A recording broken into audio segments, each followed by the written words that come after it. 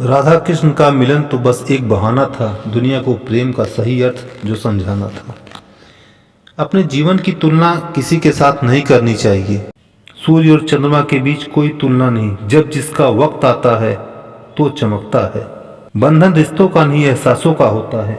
जहाँ एहसास खत्म वहाँ रिश्ता खत्म। प्रेम मृत्यु के बाद मोक्ष पाने का मार्ग नहीं। प्रेम जीवन में जीवन जीने की अनुभूति है।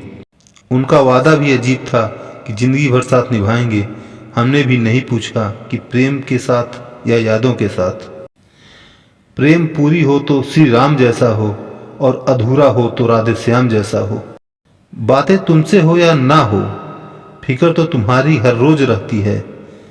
प्रेम यदि पक्का हो तो विवाद चाहे कितना भी गहरा हो, संबंध शेष रह ही जाता है। अपने सबसे खास से धोखा खाने के बाद भी लोग चाहकर भी किसी पर संपूर्ण प्रतिशत भरोसा नहीं कर पाते। यही सत्य है। मनुष्य का जीवन केवल उसके कर्मों पर चलता है। जैसा कर्म होता है वैसा उसका जीवन होता है। अधिक प्रेम भी व्यक्ति को बुद्धिहीन कर देता है।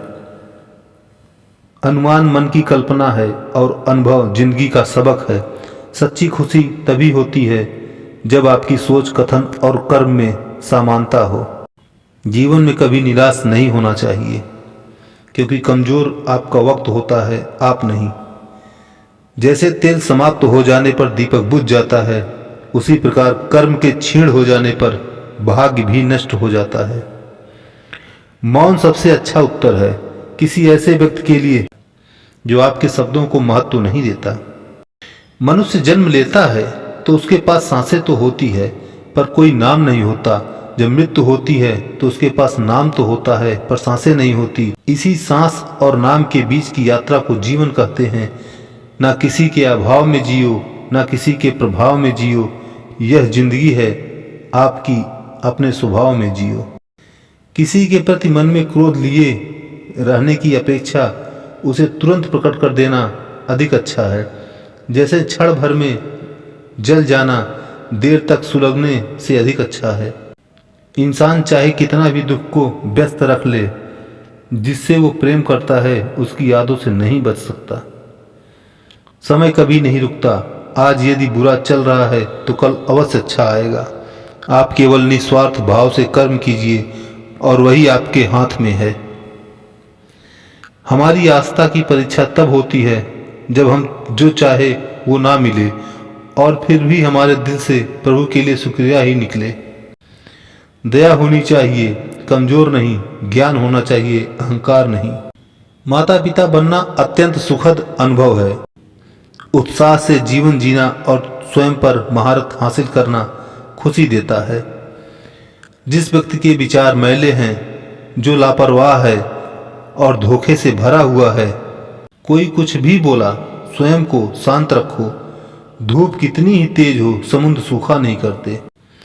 मन की गतिविधियों, होश, श्वास और भावनाओं के माध्यम से भगवान की शक्ति सदा तुम्हारे साथ है और तुम्हें बस लगातार एक साधन की तरह प्रयोग करके सभी कार्य करा रही है। तुम उसके लिए शोक करते हो जो शोक करने की योग्य नहीं है और फिर भी ज्ञान की बातें करते हो। तुम अपनी पीड़ा के लिए संसार को दोष मत दो, अपने मन को समझाओ। तुम्हारे मन का परिवर्तन ही तुम्हारे दुखों का अंत है। अगर तुम अपना कल्याण करना चाहते हो तो सभी तरह के उपदेशों छोड़कर मेरी शरण में आ जाओ। मैं तुम्हें मुक्ति प्रदान करूंगा। सुख दुख का आना जाना सर्दी गर्मी के आने जाने जैसा है, इसलिए इन्हें सहन करना सीखना ही उचित है। धर्म चाहे जो भी हो, अच्छे इंसान बनो। हिसाब हमारे कर्म का होगा, धर्म का नहीं। तुम्हारा मोहग्रस्त होकर अपने कर्तव्य पथ से हट जाना मूर्खता है, क्योंकि इससे ना तो तुम्हें स्वर्ग की प्राप्ति होगी, ना ही तुम्हारी कीर्ति बढ़ेगी। बुरा वक्त आपको जीवन के उन सच से सामना करवाता है जिनका आपने अपने अच्छे वक्त में कभी ख्याल भी नहीं किया होता है। कि दूसरे के जीवन के साथ पूर्ण रूप से जीने से अच्छा है कि हम अपने समय के भाग्य के अनुसार अपूर्ण जिए। जीवन को भगवान से जोड़ दो, सब भगवान पर छोड़ दो। शांत रहना सही है, पर जब गलत हो तब नहीं। खुशियां मन की एक स्थिति है, बाहरी दुनिया से इसका कोई लेना देना नहीं है। जीवन ना कल में है ना आज में है, जीवन इस पल में है, इस पल का अनुभव ही जीवन है। हम दुनिया से कभी शांति नहीं पा सकते जब तक हम खुद अंदर से शांत ना हो।